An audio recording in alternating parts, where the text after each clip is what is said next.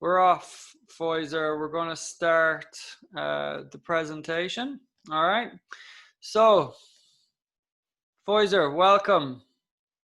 That's you there. Can you see that? I can see it. I can see myself there. Yeah, great. Great That was picture. you back in the day, matching gloves matching the jersey, Wow. jersey matching the gum shield. You were all ready to go. I'm having a look here. That I'm not even sure what year that is. I'm nearly sure I marked the fella that was behind you once as well. Absolutely. Wexford. I'm nearly sure I had him at wing forward at one point. Good player. Yeah, a weapon, a really whopper player. Yeah, he marked Paul Barden a few times after that. I remember him, and I cannot think of his name for the life of me. So there's a good start. Good start, but sure, no worries. So what's the crack with you anyway? How's life? Are you still doing your? Are you doing your kind of coaching during the COVID now? Have you been doing online stuff or? Yeah. Dealing with that? No more than everybody else, we had to adapt. But the great thing for me was that I was always a little online coach. So I know that, yeah, exactly. So just perfect for you, really. It was nice that I popped into people's minds when we went into lockdown. But I do miss it.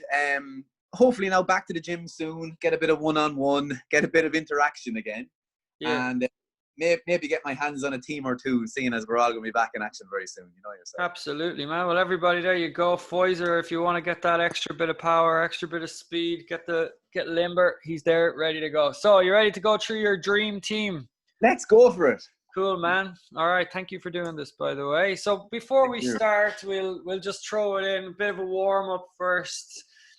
For you, man, is it an Andrea Pirlo warm-up or a Graham Canty warm-up? Oh, Andrea Pirlo, I'd say. Definitely. Oh, yeah, really? Again, this always surprises me. Like, and you know how, like, Pirlo, I'll get the quote eventually. Jeez, I have the book here. I think I have Pirlo's book here somewhere. And he said something about warm-ups and that they're just basically, I think something like, they're like coaches masturbating. Coach just getting you to run around like an idiot and make himself look great, and Pirlo absolutely despised warm-ups. Like if he had his choice, he wouldn't even warm up at all. No, and you know what? I'm on the same lines. I love watching the beginning of the Premiership matches. You ever watch them and you see them? Oh yeah, I've been to a few. Yeah, they're just tipping along. They're just bouncing. Very cool, very calm, and I think it's the way it should be. We were fast feet. You often see them do the cones and just a bit of quick feet and a little few sprints. That's about it. Where these guys weren't going to be doing anything, only going for a game of cards. They're just cool, chilled. That's the way you should be. I personally think. Now there's two ways. That's strange. Yeah. Well, I've done something from you, you know, but no, you're chill. Jesus, not and nearly everybody has said that. Like how many coaches are actually listening right now and paying attention, or managers are actually listening to the players, like saying, let's just chill out on the warm-up, you know? Well, there you go. Well, we had the GPSs on us at one stage, and I think we were doing nearly 2 kilometers of high-intensity running before the ball was even thrown in. And we're where our energy is in the last 10 minutes of a match. Someone mentioned that, all right, yeah. So it's a lovely Saturday afternoon in June, about 23 degrees. Ugh, it's not great today at the minute, but we can dream. Slight breeze blowing down the field from the Town End Goals championship game at 5 o'clock against Laois in the park. How do you pass the day? What does Peter Foy do that day? Wow. Well, I've a little bit of I've a strange one. I would probably have 2 naps in between. 5 o'clock game. Power naps. I certainly would. I'd be up early. That's for sure. I would be up early. I probably wouldn't have slept at all the night before. Oh, really? Probably not, no. But I got used to the fact that looking at I was listening, I always have to see, are they really going to affect me? So I remember diving into the sleep and I said, look, okay, does anyone else experience this? And they said, listen, don't worry if you don't sleep the night before the game. It's the nights leading up to that, not to those nights, that you're going to need your proper sleep. So even if I slept for 1 hour the night before a game, I was always happy and confident that I had to sleep in, and on the nights that mattered, it was okay. Because a lot of athletes and a lot of professionals, the exact same thing. Hard to sleep, but that's just me. Yeah, I don't have too much problem sleeping. I usually have a huge meal the night before. Like, I really carb up like mad the night before. Yeah. And you know what I mean? And I actually usually sleep pretty well, but I'm like you. I wake up very early, you know what I mean? So I could go to bed at like 11 or 10 or 11, but I could be up at 6 or 7 like in the next morning. Like, it's an awful long day from 6 in the morning to 5, you know what I mean? Like, you're talking 12 hours and 13 hours there, like, you know. Yeah, 100%.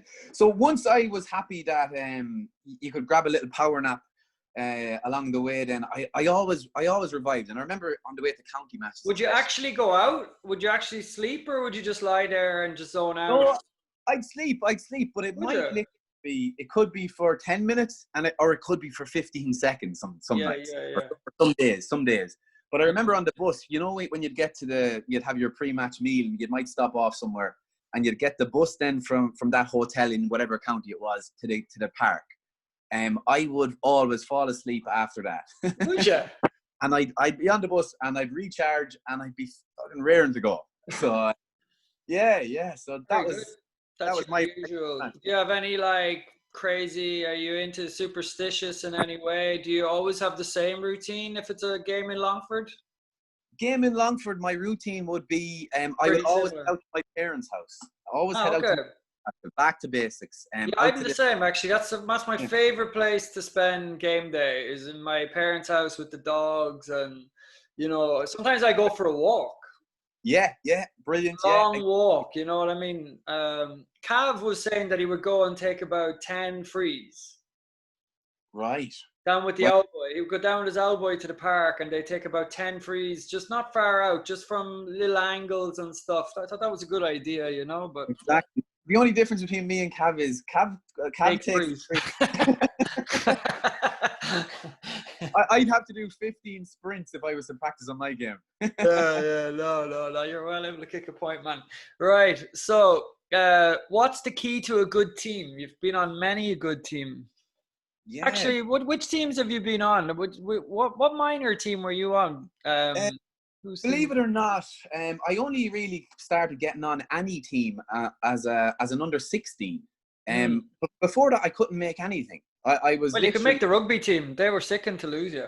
To make the rugby, I certainly could. And then when I flicked the switch at 16, I had all these rugby skills, hitting line, pace, nice side steps, kind of a different view on a Gaelic game. And then I started getting on to Declan O'Flaherty was the under 16 manager.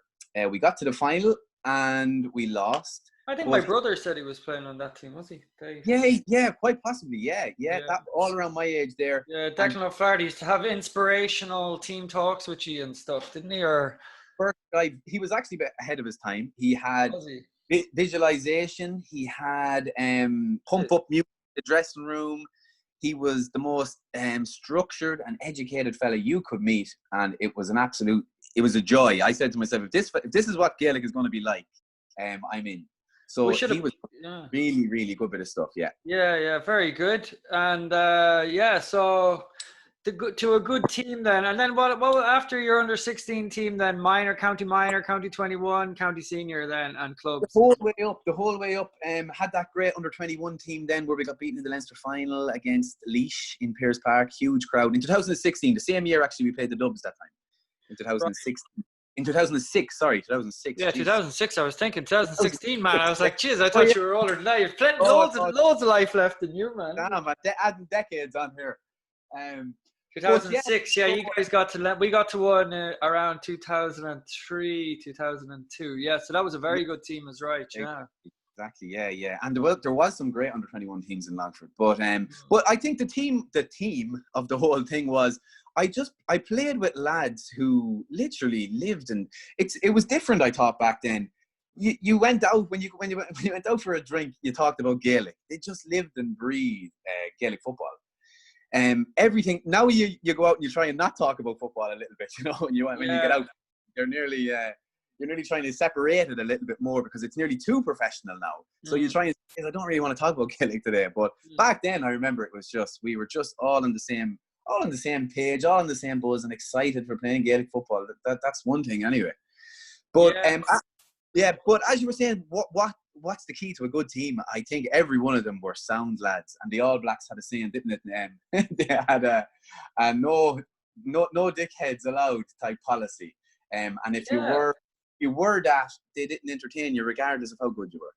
So I think that was a great little line in that book, and it's actually said pretty much like that. It mightn't be word for word. Well, I was watching. Have you watched the Dan Carter documentary on what's it on Amazon Prime?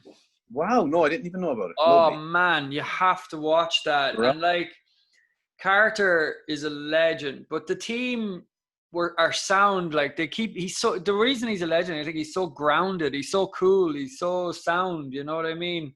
But even though when he first came into the team, right, when he first broke onto the All Blacks team, he was an underwear model. Right, and he was modeling the underwear, like, you know, and like, this is playing for the All Blacks, and he's like 20, 21 modeling underwear, but like, the lads just slagged him a bit, you know, and then they had the crack, and they were like, do you know what, like, he was so modest, like, a lad, he wasn't he was only doing it for the crack, you know. But that's, I get what you mean. Like, it's all about sound boys, connection with the team, no kind of rotten apple in there that's just kind of spoiling things. And it didn't mean you had to get on with everybody. You know, you know, there was fellas you went back to your club against and you'd kill each other on the pitch because you might have always had that little bit built up in you against them, maybe but it was never any malice in it. You know, it was just because maybe, right, fair enough, you could have been up against someone for a position or something, and you know, that creeps into, they get on your nerves. You're like, I should be playing ahead of that. On the good teams, you don't have that. Yeah. You don't have that. Obviously, like it's just such a tight knit unit, and everyone just gets each other. Yeah, that's true, man. What do you look for in a player? So when you were choosing this team, what would be what you'd be looking for, the characteristics? It was actually great. You know, I enjoyed preparing this. This was the great part of it. It's been a great one over lockdown. I've been thinking about it for about 2 or 3 weeks now at this stage. Yeah. The great thing about me is the fact that I was Mr. Utility in club and county, and I played in every single line. Yeah. And I've marked most of these fellas, or played against them in the same position, or marked them in. They could have been a forward or a back, or I could have been marking them as a forward or a back. And I always would just say, who's these guys that I would just hate to see them coming? I'd be the same when I was picking my teams as well. Or if I were the centre back, who would I hate to have coming in on me? You know what I mean? Or if I were cornerback, who would be a nightmare now? Who would be the one that you'd just be going, oh, here we go? You know? Yeah, so these are partially nightmares for me. But then again, there's a few great characters I've thrown in as well. And, very good. And people who made me feel good about being around this setup and being around much more than being the best player. Exactly, yeah. Sound lads, basically. Sound lads. Yeah, exactly. And what makes a good manager as well, very important to... Good manager, I've had a few great managers, and I think it all, at the end of the day, it all comes down to man management, knowing that that player A may not react to something certain, feedback maybe even, that player B does. You just have to know how to man your man. Put an arm around one fella and kick another fella up the rear type thing, because that's how we're not all the same, you know. Absolutely, and also, not just man management, but even when you're, I would say now, just to take it a step further, maybe a manager that's aware how to modify training as well, according to people. Like, so I used to hate when, like, I'd be doing the same training as the same running as an 18 or 19-year-old at training. It's like, like I'm 36. Like, come on, like what the hell am I running like a freaking? You know, why am I? Or I'm 33. You know, this guy's 17. Like he's just, Exactly. you know what I mean? Why are we doing the same training? You know? Yeah, and positional specific training. You know, it all comes down to it. It's very hard. It's very hard. Like it's hard for people to be told, come back for pre-season together now, and we'll kill you running. We'll kill you with mass running, and you know, you can't do that for everybody. It just doesn't work. I think those days are gone. There's still. I think, you know what I like now. I said it before as well. Is like assault courses and stuff like that for your hard stuff. You know, bring them to an army training center or something like that for a couple of days. You know, and get that out of the way, and then just play football. Training.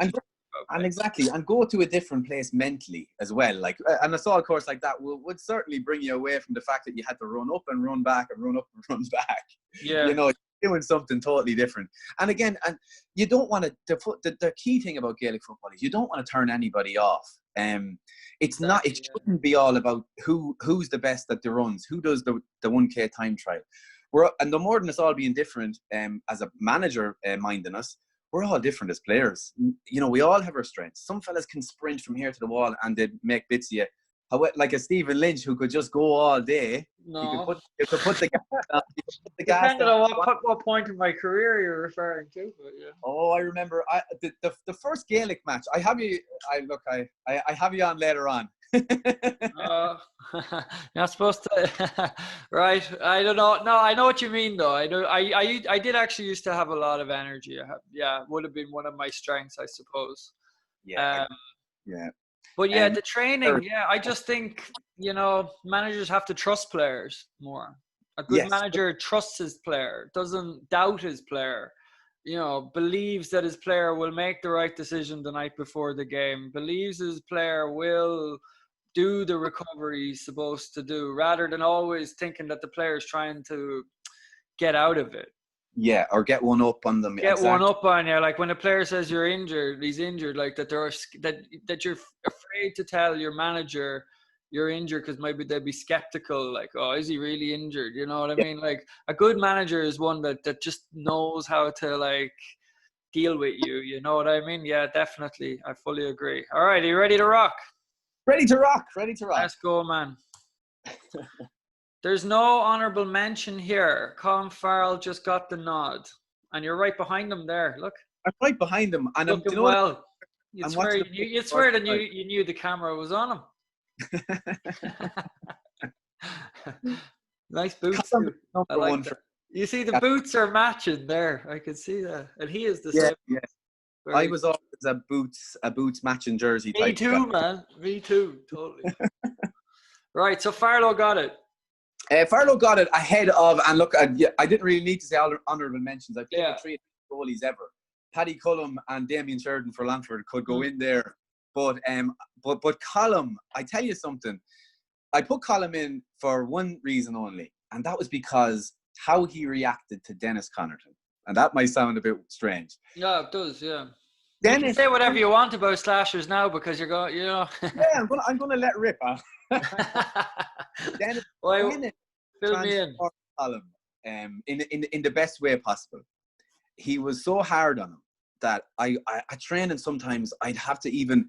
I hate any confrontation, but Dennis would call out Colum because, first of all, Dennis knew how valuable Colum was to the team, and he knew how good Colum was. Dennis would stop training in the middle of it and say, "No, Colum," he'd go bald-headed for Colum. He reacted so well that I'm convinced that that's the reason Colum Farrell is so good. Yeah. Dennis worked him so hard, and I think mentally more than anything else, that Colum was just able for anything. And I was never so proud in the county semi-final last year. He kicked the last second 45. And I was never just so delighted for a goalkeeper. First of all, the work he puts in. First of all, the great character he is, but because he literally nearly gave a finger up to say, "Listen, you know, you're being hard on me here, but I'm going to show you. Because a lot of players mightn't have reacted. And that was Dennis knowing his player. He knew he'd get the best out of Colin. Well, that's it. He probably knew he had to push his buttons a bit. And also, like, if you're going to test someone and you're going to actually lambaste someone and pick out every little mistake they make, goalkeeper's probably a good place to start, because goalkeepers, you need to keep on them. You need them to, they can't really afford to make a mistake. You know what I mean? Like, if they make a mistake, it's usually, it can end up very, very badly. Whereas, okay, corner forward makes a little mistake, nothing bad really comes of that. You know what I mean? But if you keep pressure on your goalkeeper and get the best out of him, good place to start, you know? Good place to start. You know, exactly. and like, he probably knew that Colin was taking it on board too. You know, yeah. And he knew clever lad. Good enough. That was the key. Yeah. Yeah. Just set high standards. Start from the goalkeeper. All right. So Colin's in for that 45 semi-final. Yeah. Delighted. Loved it. Loved it. Absolutely loved it. Yeah. Pinged it. That's probably him kicking it there, is it? Looks like he's out the field there. Some fella can't. The other fella in the picture can't even watch it. He's turned. Back is turned to it. That's Barry Gillerin, yeah. Barry Gillerin is like, I'm not watching this. No way, man. All right. Right corner back. And El Capitano. And he's been the captain of a few teams. Is Dermot Brady. And then your good friend, Aidan. There's no denying. Well, yeah. Great picture. Yeah. Great picture in 2000 and what is that? 2015 maybe against the Dubs. Wow, it's a great picture though. Jeez. Great picture. Yeah. Not a great result, but great picture. Yeah, but I think that day, I think was that the day that Jimmy McGivney got the line? No, that was actually 2018. That was 2018. Yeah. It's 2015. That's 2015. And you probably went up there full of confidence, didn't you? Wouldn't you be off the back of a few championships or a few leagues and stuff, right? Yeah, exactly. And we were with Jack Sheedy at the time. We were a little naive going into that game. And I think looking back, it was Jack was the great. Jack actually got standing ovation when he walked onto the pitch that day, which was strange. You know, when you're playing against the Dubs. But we ended up getting a fair hiding. But we went man for man. Look, we shouldn't have, looking back, we obviously shouldn't have done it. We lost players to injury before, and I don't think Frankie McGee could play. You know, you needed everybody. Yeah, I don't think man-to-man is going to work against Dublin. You're definitely going to have to try to counteract the system a little bit. You know what I mean? I don't think man-to-man is the answer there, because they're just pretty much physically and mentally tougher and stronger than you in probably most positions on the field. You know what I mean? So I don't think man-to-man is really going to work out in that situation. Dead right. But look, it was a great experience. It was probably. But I remember it. I remember Longford going man to man, and everybody going like, "Are they crazy?" And obviously they were. But in a way, isn't that a nice way to go into a game? Because I think all the other teams were just defending. You know, every other team was going in and defending with 15 lads, and still getting pasted. So you know, like what? You know what I mean? Like you take it to them, and you get pasted. I'm totally honest with you. I remember half time we were in, and we were like, we're not doing too bad. We were 9 points down. Yeah. Well, that isn't too bad. Like, you know, there was a bit of hope there. And Dermot would be very mad. If McGee was there now, he could have just stuck one in there to start the second half. He might have fucking taken them. That's it. But Dermot would always convince you that, you know, hey, don't give up, lads. Come on. Dermot. So we're talking about Dermot. Dermot, he's in. He got the nod. You've played with him now for a number of years. Tell us a bit about Dermot, why he's the captain. And Dermot used to slag me into the ground. Dermot used to love a bit of crack because I'd always laugh it off. You know, other fellas would get ticked, but I used to. Dermot, I couldn't do anything, and Dermot knew. Oh, really? So I enjoyed his crack. I really enjoyed the bit of banter with Dermot. But Dermot, and I would have done a lot of covering for Dermot. Dermot actually taught me a lot about being a cornerback, believe it or not, because I had to fill in for a lot of cornerbacks in my day with Longford even. So, you know, Dermot was a great help there, just to see the way he trains, just to see him there. Last year even, what age? 37, 38 maybe, and just the fittest guy out there, still running, doing all the runs, still the same old Dermot. And I just think it's amazing for a man to be still at it with the same enthusiasm, you know. Oh yeah, man, legend. He's been in most, I think, in 90% of any teams I've done. He's been straight in there, and for the reasons you mentioned as well. It's just it's the consistency. Yeah, yeah, and You it's know, on a Tuesday night in February as it yeah, is in the Friday night there, game, ready you to know? go. Yeah. Probably first one at the training, ready to go. He's always the first one to go. He doesn't like staying for a team talk anyway. That's all I know. Likes getting out. Well, he's if I've had a lot of team talks, he must have had 10 million team talks because he's been playing on every team forever. I think he used to judge how good a manager was by how short the sessions were eventually. Then he was like, yeah, and that's how great. short the team talks were as well. Yeah, exactly. Well, Dermo's in. Congratulations, and captain. Yeah, good captain. Yeah, but that's a class captain, you know. Again, listening to your Slashers games, watching them with Longford games, he's always in the thick of it. He's a warrior, like. Warrior. Well, now you said it, warrior. Yeah. He's just gonna keep going. He's like an Energizer bunny. Although he grew the hair back, and I'm still not sure about it. Really? Jesus. Oh, he has a fantastic head of hair. Yeah. No way. Good Lord. Yeah. So. Right. Fullback, Gilly. Honourable mention. We start with your honourable mention there. Paul Egan. Paul Egan from Cashel. Yes. I've so many great. You know, it's probably one that I'm. You know, you were talking to Cav, but when you're transferring from a club, you know, it's you always have great memories of the lads, you know, you started out with. And I remember Paul Egan. Oh wow, he'd come. You'd swear a ball would be kicked into the forward. Did you have a brother called Alan? No. Paul had a cousin, Alan. Yeah, he was a good player too. Alan played in goals for us for a long time, although he was a brilliant outfielder. And Mark was Paul's brother, another unbelievable cornerback. Yeah.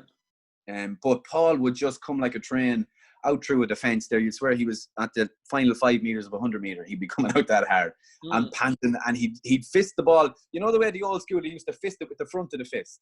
Oh, and yeah. Jeez, he's a real Gaelic man.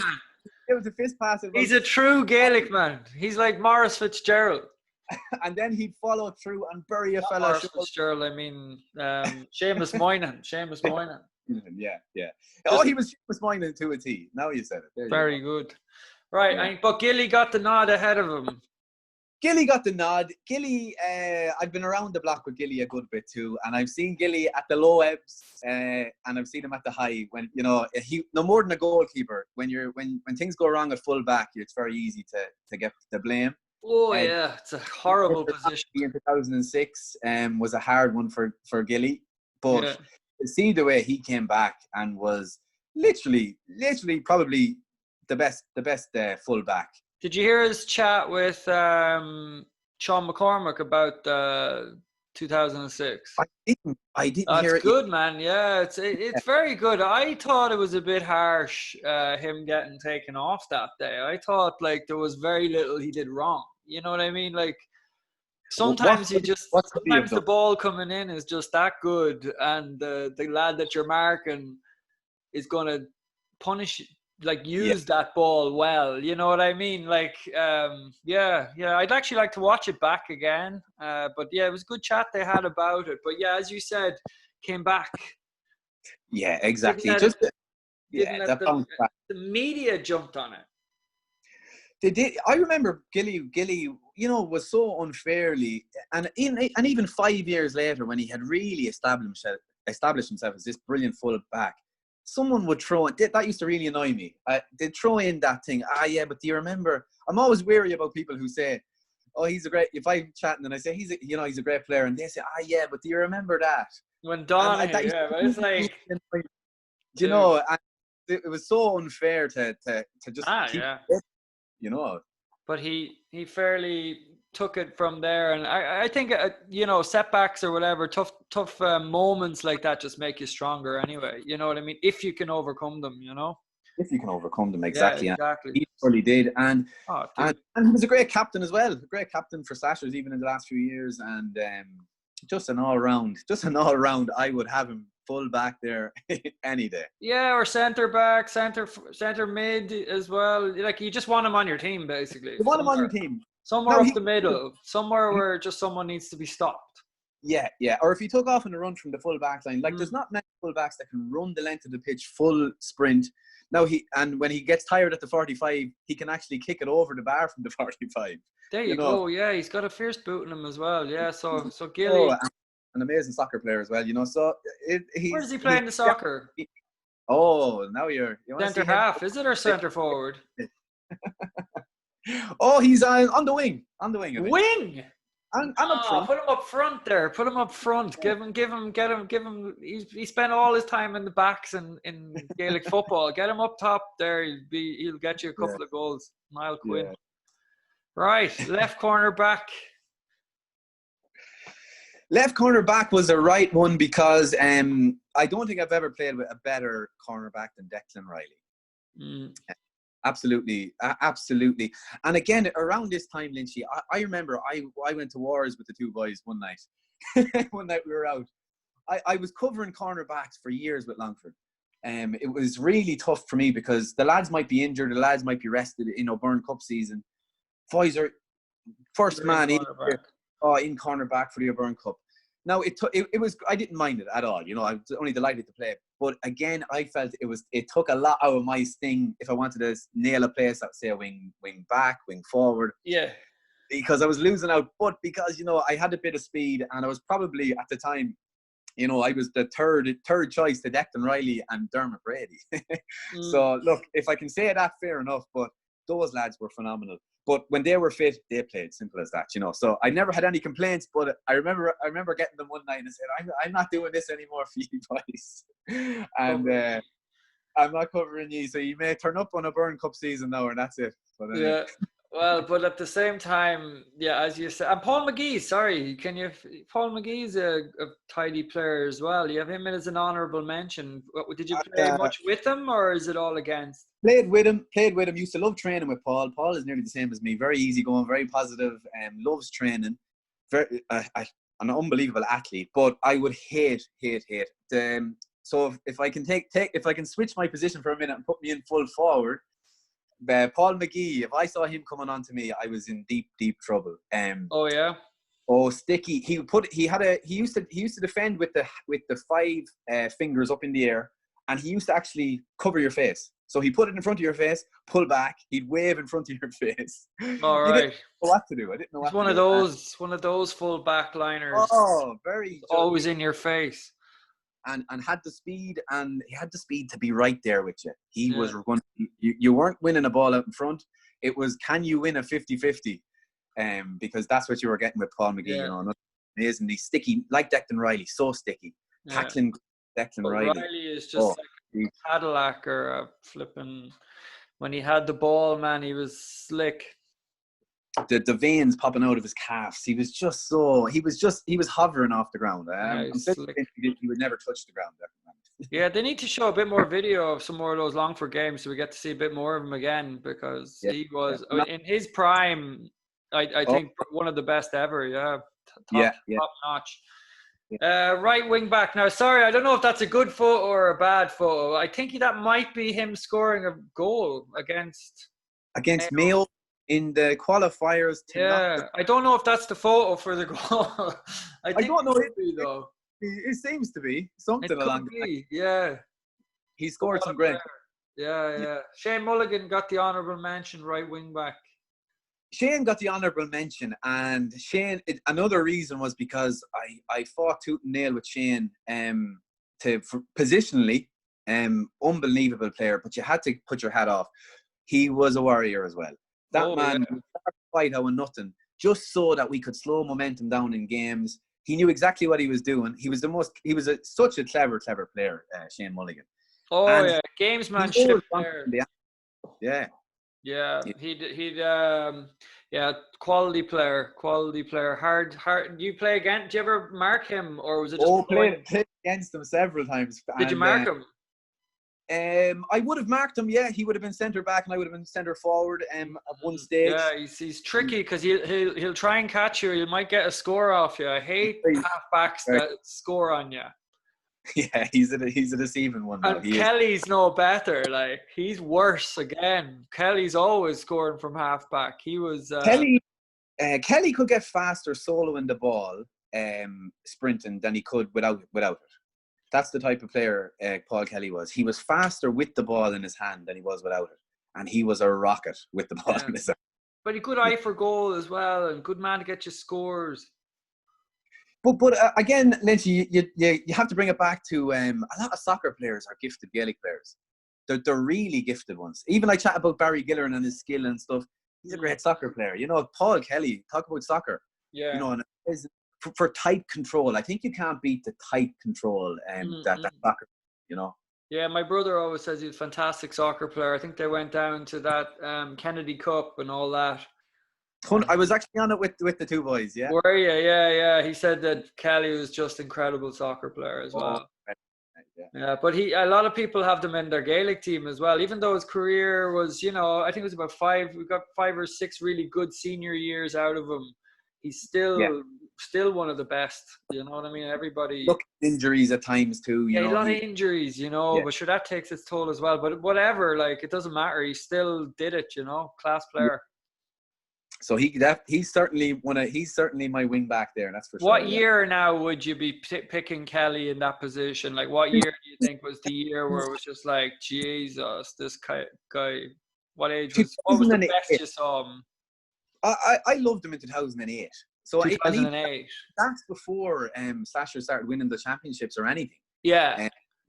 He was he could have made way more Longford teams as well. He used to clash a little bit with a manager or two. I think it was funny because he you know, very strong-headed, and that's what you needed, you know. But I think that 2000. I remember him. I think if I'm correct, scoring a great goal against Westmeath in the championship as well around that time. Forward or a wing back in Pearse Park. Yeah, it's that level though, you know, scoring championship goals. You know, how many championship goals have you scored or I scored? I have 0. You know, he has 2 or 3. You know, like, did you get a championship goal? I didn't. Not a senior championship goal. No, you're right. No, for Longford, me either, man. No. No, that's one thing. But Kelly always seemed to pop up with them. You know what I mean? He did, and big game. Just a classy player, big game player. All right, so Paul Kelly got the nod. Centre half back. Now this is interesting. Enda Williams, great to see him getting the nod now. I think you're maybe the first person to put him in. He's been honorable mention a number of times. Brilliant. Well, I'm glad I'm putting it. Yeah. Because McCormack was your honorable mention. Sorry, honorable mention Porrick. Well, look, as I say, I've marked the two of them. I'm putting Enda in for a different reason than Porrick, but Porrick is phenomenal. You know, another. The only reason I kind of couldn't put Porrick in, Porrick again, a great fullback. You know, I've marked Porrick and seen him at fullback. I think he's serious. But I definitely have him. I'd have him if I could. He has an amazing tackle. Porrick McCormack has one of the most amazing tackles ever, and I'm always on the receiving end of it. Yeah. Porrick can let you get the ball out in front and turn to your right, but he comes in with this fist. And you might see a ball flying out of a fella's hand when Porrick. Exactly, yeah. Wet day. Loves the wet day. Able to punch the ball out of your hand. Like I've never seen another defender be able to do. It's an amazing skill he has. And he's well able to dispossess me. So, but you're pretty strong in holding the bloody thing, so that's something else. And what about Willie? Why did he get the nod? Well, the one thing I say about Willie is Willie couldn't be denied. A lot of the time Willie was the free man, you see. But Willie could not be denied for his game, his awareness, his knowledge of the game, and when he was good, you know, he could win a game because of what he was doing in the defence. I remember we played them for Slashers out in Ballinally, and we were after maybe winning a championship, and we played Clongish in the group stages. We needed to win. Willie was centre back, and he literally made himself free. He was able to shift around his defence that he was going to be free no matter what we did. Now, our game plan was that we were going to mark him. You know, we weren't going to let him be free.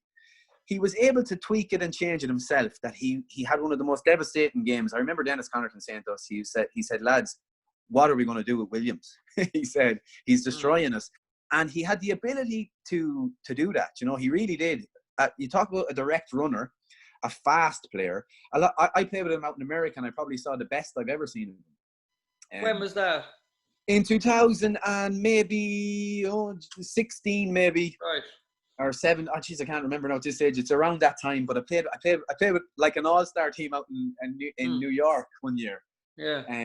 But Willie, I never saw. He was just electric, pacey, doing his thing, and he was standing out a mile out there, which was great to see. But he looks actually in good nick at the moment. Great nick. You see, Willie, it was hard on suits him. Tough. Training got really tough at one stage with Glenn Ryan involved. And again, as you say, as we talked at the start, not everybody was going to adapt to that certain training style, and it didn't really suit Willie. Willie's a really explosive guy. Long running now wouldn't be top of his agenda. But a very fit fella, an explosive fella. Oh, no, I don't mean that in a bad way. He basically, his game was like a short run, like a 15-20 minute dash to get the ball into his hands, and then he just sprayed around, like, you know what I mean? He's very good distributor of the ball, and he was fast. He was very fast at the same time. Like, I remember him in Mel's. I remember the speed of Willie. Like, was frightening. You know what I mean? Just like what I mean is the long 10K runs now at one. Yeah, that's why I'm laughing, because like who does love it? But some people do. Yeah. Some people do, but Willie, no, Willie is like a Pirlo or something, just get the ball, turn, bang. He could really hit a good kick pass, very good awareness, like, very good, very, very good centre back. Willie had a great line at one stage. He said, when I go into a nightclub, he said, no woman is going to ask me how quick I did the 1K time trialing. Exactly. He's going to ask if you won. And how many good teams was he on with Clongish and with Longford, and you know what I mean? Like, unbelievable. Yeah, really. And again, I think that game for me, I have one game in mind for nearly most players, and just that day, a really good Slashers team, and he just dictated the day. And they actually bet us, and they bet us out in Bannalee, and it put us in a bit of a tricky spot in the group, I remember, but we eventually got out of it. But then Dennis noticed that everyone just said, look, we can't handle Williams today now, and that was him at his very, very when he's at his peak, he's as good as anyone. Like, you know what I mean? He played at the top. He was well able for it, Yeah. 100% Willie. Yeah, for centre back, he had the cleverness for it. You know what I mean? He's a very clever player. Maybe a bit underrated. Maybe people don't give him enough credit. Yeah, but then again, you're blessed. Look who he's up against, and I'm only putting Pádraig McCormick in there, but like how many other great centre backs were there? But he's a very clever player, So 100%. Willie. Well, I'm delighted first to put him in. I'm happy with that. Now, I don't know if you were joking here, but you put me in anyway at left half back, so I was going to stick Podgy Farrell in anyway, but then because he probably is the true. I don't know what your thinking is here, but anyway, talk about Pádraig Farrell. Well, Pádraig, I tell you something. Look, the two of you had a great impact on my game. I'll just put it that way to you. And what I'd say about Pádraig Farrell was, he used to set the standard in Cashel. He was the fittest fella, and Pádraig had huge troubles with his ankles, and I'll never forget it. Nowadays we have the white tape, and it's lovely and slimline, and you can, tape your ankle nice and smooth. Pádraig had bandages. Pádraig had 2 bandages for the left foot and 2 bandages for the right foot. The socks bulging, and he probably in pain with ankles. And I just remember him when Podgy stepped on the pitch, training was going. And if you could keep up with Podge, you were a fit. So he set the standard for fitness. He's probably the fittest fella I ever saw at one stage. For me, I just thought he was a class player. I remember him from Mel's. I remember because he would be a year or two ahead of me. He'd be in 3rd year in Mel's. He'd be playing for the seniors. Like, he was just class. Like, just him and Mick Kenny, actually, would have been almost the same age, kind of. Yeah. And I just remember that senior. I think maybe Mick would have been a bit older than Podgy, but like Podgy Farrell was playing, man. Cornerback, wing back, classy player. Still is. Just has a great head for it. Still playing, I believe. You'd have it in the head, He was always a very clever player, But anyway, I got the nod. You got the nod, Lynch. You did. But I see you around the back. You've coached me, actually. You coached me soccer in a gym in the Ballymatten Tech. But that's right. Yeah. Good Lord, that is right. That's mad. saw you. I actually went to my first ever Longford game, and I saw you score a goal against Kerry in the last second. Shit. Imagine that was my first ever game. I don't think I had seen Longford Seniors before I played for Longford Seniors. Right. Well, there you go. Yeah, well, no, I was actually on the bench. I saw them once and I was on the bench. That's the truth. That was my first. Yeah. So again, my first game was against Kildare, and I was actually sitting on the bench looking at it. And I had never even seen Paul Barden play. And then I was just like, he gets the ball out in the left wing, and he gone. I was like, whoa, that's what everybody was talking about. Good Lord. Yeah. So, and the reason I was talking about your endurance then, because I remember being drawn to this wing back that day. I said, Janie Mac. Now, I knew it was you, but I said, I remember you had you used to have the real thick bicycle shorts on you, the blue one. That's right, yeah. And I said, I saw your tracking, and you were tracking away. And I mean to say you'd done some amount of tracking that day. Because trust me, I was player cam. I'll never forget it. The new stand was open, and my mother and father said, come on, we're going to go to a Longford game. And we wouldn't have usually went, you know. And the woman, my mother still talks about, she says, that woman behind me from Kerry, she said, we have you bet now. You know, I'm going to leave. I'm going to get up and go. And she wasn't at the bottom of the steps until you had the ball buried. Yeah, that was that was a good game for me anyway. Yeah, I remember doing a lot of work. It was all a big blur, to be honest. Yeah, well, I tell you, I probably have more of an insight for you, because I remember you tracked, and I barely remember your man touching the ball. You Calvin got a point in the first half. I remember that because I was raging. Yeah, something like that. But I remember thinking then, yeah, you were lovely. The way you could defend was perfect, and it was kind of nearly my style as a wing back. I probably developed it a little bit from you. I was just able to track lovely. But then when the time came to join the play, I was always there. You're always able to be just there, and you know, turn your little bit of defense into attack. So that was a huge inspiration for me. Man. Then I played a lot of rugby, which I didn't That's play. Right, yeah, the rugby, yeah. That's one right. year. Yeah, I got the Longford senior team for 1 year. We did, yeah. And I remember this sounds like this is all a bit weird sounding now, maybe. I don't know, man. I don't know what you're about to say. It was clear, but I remember seeing you. You know, and knew how good of an athlete you were. But I remember we had to put on the jerseys. And next thing, this fella turned this. You had this wide back. I think there was you had a tattoo as well, which was. I put it on. Yeah, you're right. Still have it. But I said to myself, look at the width of this fella's back. And I remember thinking, wow, you know, what a great athlete. What a great athlete. Oh, well, thanks very much, man. I got in there. That's crazy. Yeah. So I was surprised. You would have been I didn't know if you were taking the piss now or not. Sorry? I didn't know if you were taking the piss or not. Oh, no, literally, not at all. All right, well, I'll take it. Yeah. All right, Micheál Brady talking about power. Whoa.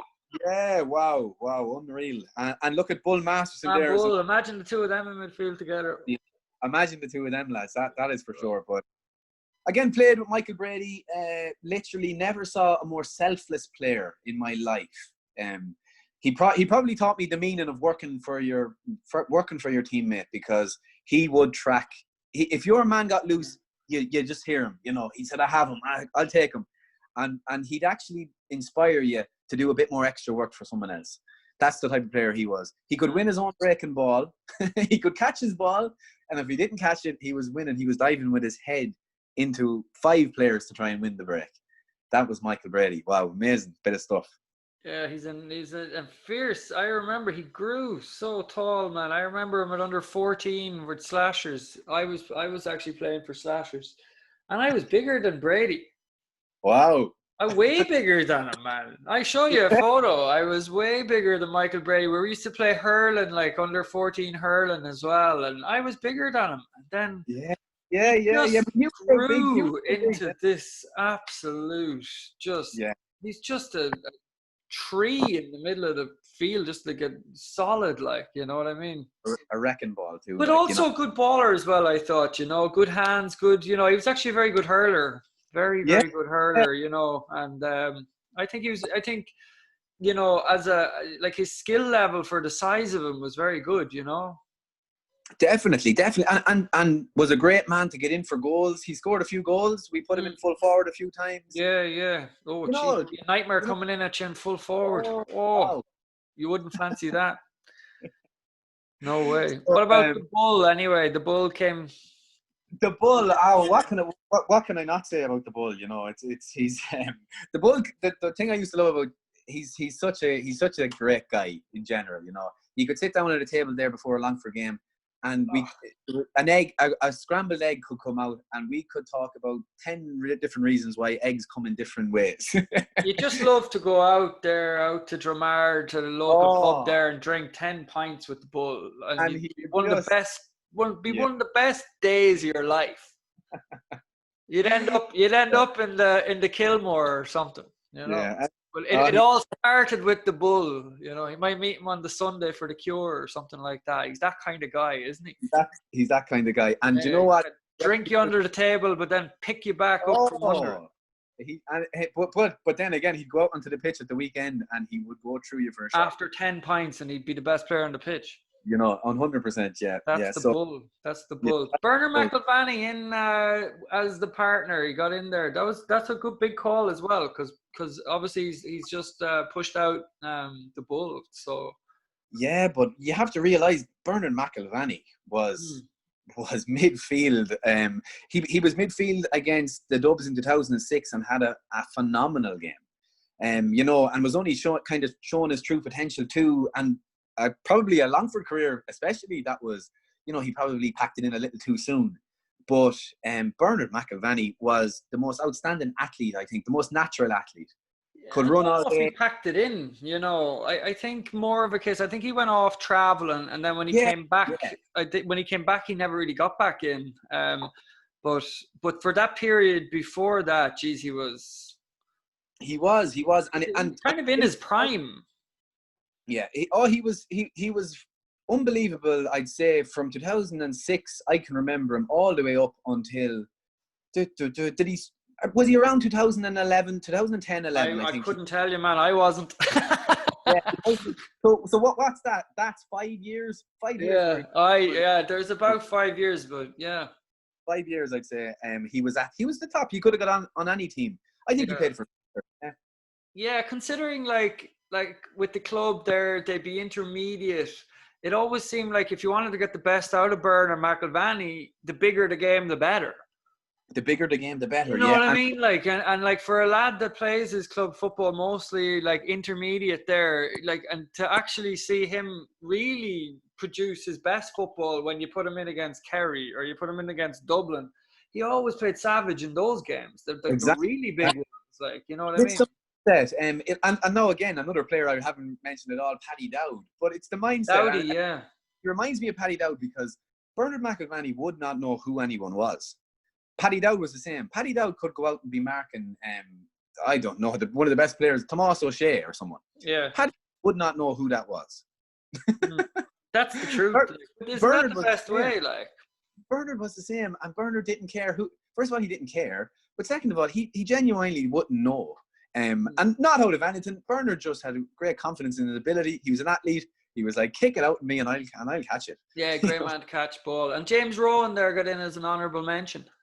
James Rowan was a mighty midfielder, and I started off my I was wing back with Cashel, and James Rowan was you know the midfielder. And James, again, he reminded me of Michael Brady, except, you know, didn't have the height, didn't have the natural fitness, but another fella who literally he came at the start of the year.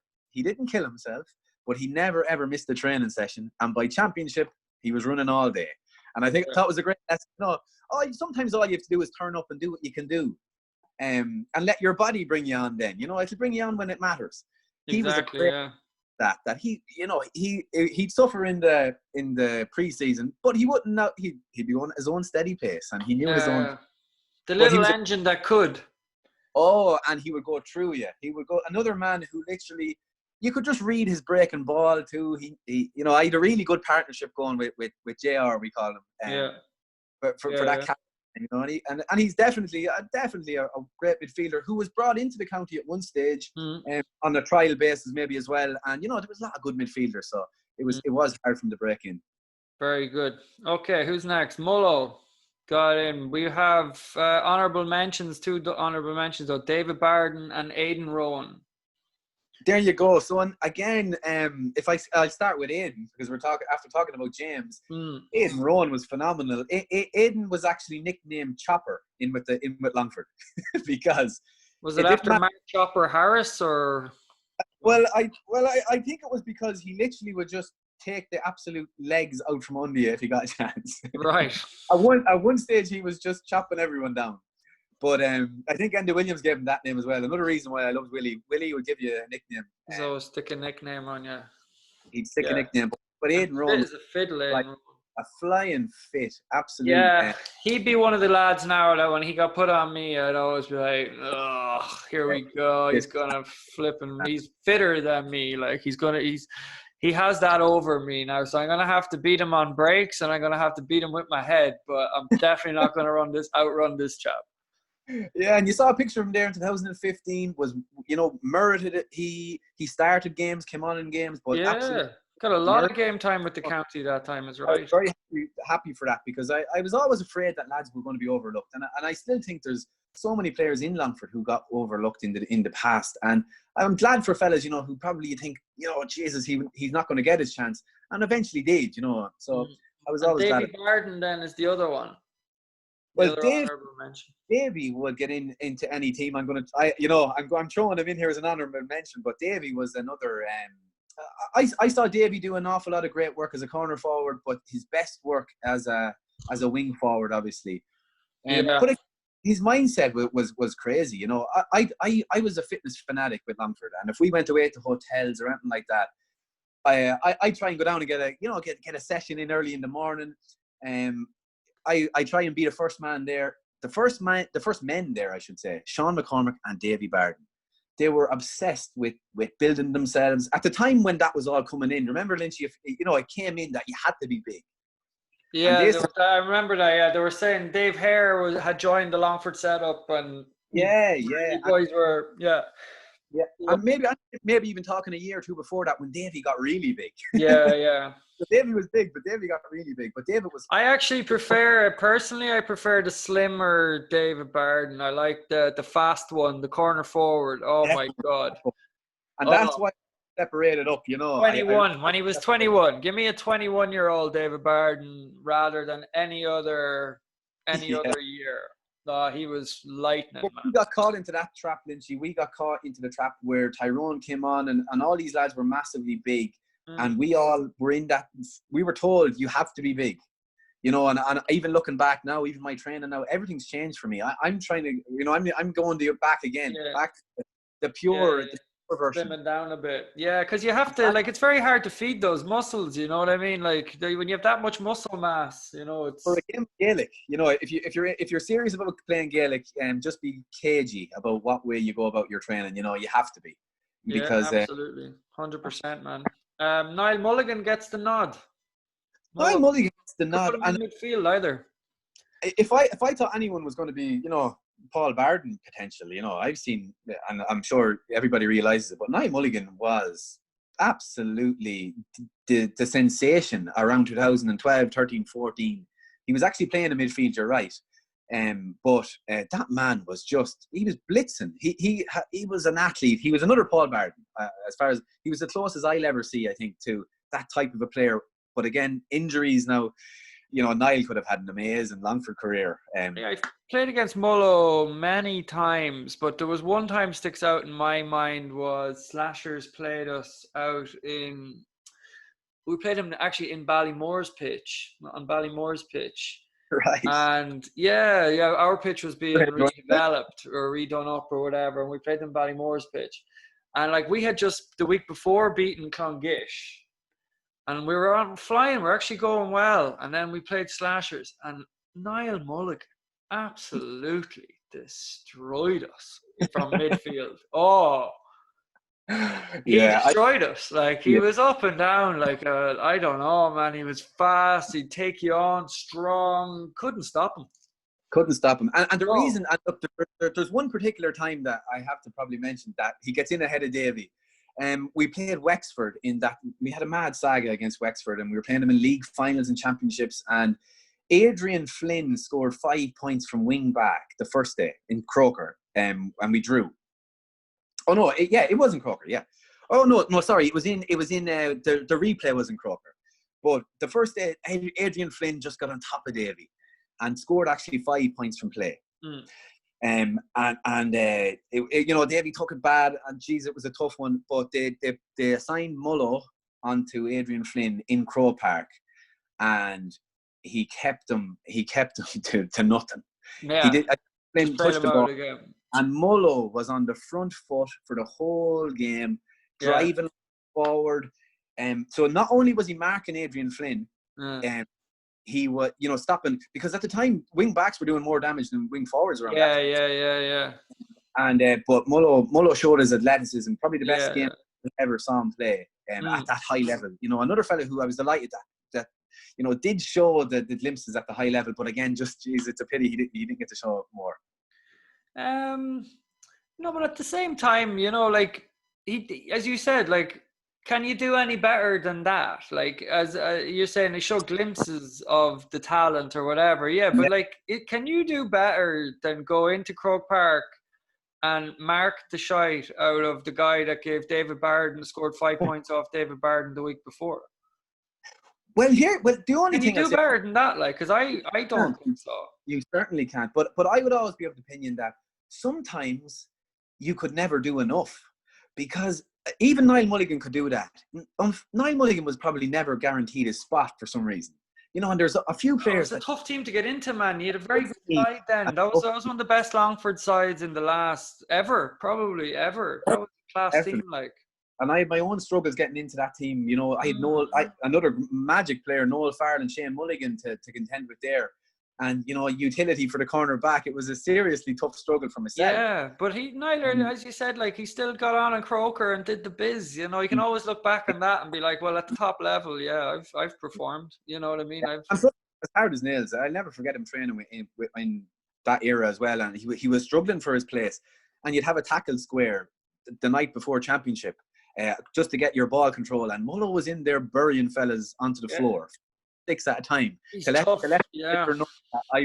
I'm ready. I should be in here. Yeah. And probably felt hard done by as well. Like, it's tough. It's tough being left in the sidelines and then brought in as a sub. Like, when you're probably, like, from what I can remember, the standout club player, like, in Longford. Yeah, 100%. Again, dude, he was like all over the shop, man. He was like picking the ball up at the half back line, and he was just basically running them straight through the middle, and you couldn't stop him. Like. And again, he had a great basketball background and another amazing soccer player. And again, it's these fellas that can run the pitch, close control, that you can always relate to. They're always this type of athlete, aren't they? Yeah, but he was a very, very good athlete. Exactly that. Yeah. And then Paul is your centre forward. Gary, we'll go to Gary first. Gary gets in as an honourable mention at centre forward. Gary will love to see this now, and I'd be happy if he does. Because I think I mentioned him, I think, on my team. I didn't do it the same format, but Gary Kenny, man, class player, and underrated. Again, I got to see the best of him, because sometimes I have to mark Gary, and you think to yourself, Gary has this. People think he's lazy, maybe, or people think he's sauntering around the place, but that's his deception. I marked him in a training game a few times, and he'd be on the ball without even knowing he's on it. He'd get it up. He'd come so close for a fist pass that you think no one would ever give it to him, and next thing he's on it. And he does it around and around, and he was so cute at getting on the ball. His distribution was phenomenal, unbelievable left foot. He was kicking points. Do you know what the best year he ever had was the year again we ultimately got beaten? And another moment why I had you in, Lynchy, was that last minute. The 45. The 45 in the intermediate final, and that chain of events. Gary had the best year ever, because we were on Celebrity Banished Door as well. Yeah, and Gary was showing. I was delighted. He was showcasing his frees. He was kicking them from the sideline. But he was a huge player for Cashel. Well, that was perfect for Gary Kenny now, that Celebrity Banished Door. He was in his element there, He's still famous from it. That was his championship, man. That was it. But Gary felt, in that sequence leading up to that last play, we were a point up, and we were trying to hold on to the ball, and Gary saw a run in the corner forward, and I'll never forget it. He gave in a diagonal ball that was cut off. And I just knew that it stung him because you guys went up, got a point, we got the kick out, you got the ball, 45 or something, and it was over. So within a minute, he had that final one, a turnaround from a point down to win by a point. And I knew... Yeah, but I remember the minor final against Southern Gales where we were 2 points up. And Gary Kenny puts in a quick long free, and then you got your man two of them. I think he put in from about the halfway line. He just pings them in, and 2 goals came off them. So yeah, I don't know, Gary, very talented player, very clever player, real forward. Forward. Like he was very reliable free taker. I remember him from Mel's. Very, very good player. Yeah. Sure, he's played like... Did he ever get called into the county? I wonder. I think there was once. I certainly think there was once. Surprised me now because like he's that kind of level, and he'd flourish on a game, a spraying ball and that thing, is even more. It was around the time. Remember, yeah. Sometimes, he was played in the corner forward. I like to see him more on centre forward. I think it was his slot. Forward. You'd find it hard to get. He was nearly like Andy Williams as a reverse role. He found a way to make himself free. Yeah, which is a great player. skill itself, And likes the big shots too. Likes the pressure shots. Paul Barden gets the nod though. He's taking a penalty there. That's in the back of the net anyway. Yeah, I just played. I think the net is rustling before the ball is even hit. Oh, and there's no. When he steps up for a penalty, it's a goal. There's no in between. I wonder if he's ever missed one. I can't remember missing too many, to be totally honest with you. Yeah, and I remember the reason Bardo was probably one of the fellas that I was there since 2006. He was there. He was the man, and I remember in the early days, I remember rooming with him and Trevor Smullen, and Trevor was another mighty player, but to try and break me in, and the 2 boys, we were in a room. I'm not sure where we were. We could have been in London or something at the time. We'd go over but I was rooming with Bardo and Smullen, and I said, geez, this is great now. I was only a young lad, maybe 18, 19, and I said, I'm going to get great wisdom now from these lads tonight. We'll watch a bit of telly and we'll chat about football. I had all questions ready in my head. I was nervous too, And next thing, we sat down in the bed, match of the day was on, and then literally 5 minutes later, Paul says, all right, lads, I'm out. Clipped the light. I turned around. Trevor goes, all right, Pete, I'm gone. And the 2 boys were asleep. And you're not able to sleep the night before games. I was afraid to breathe. I was afraid to sneeze. I was afraid if I was going to snore, wake the 2 boys.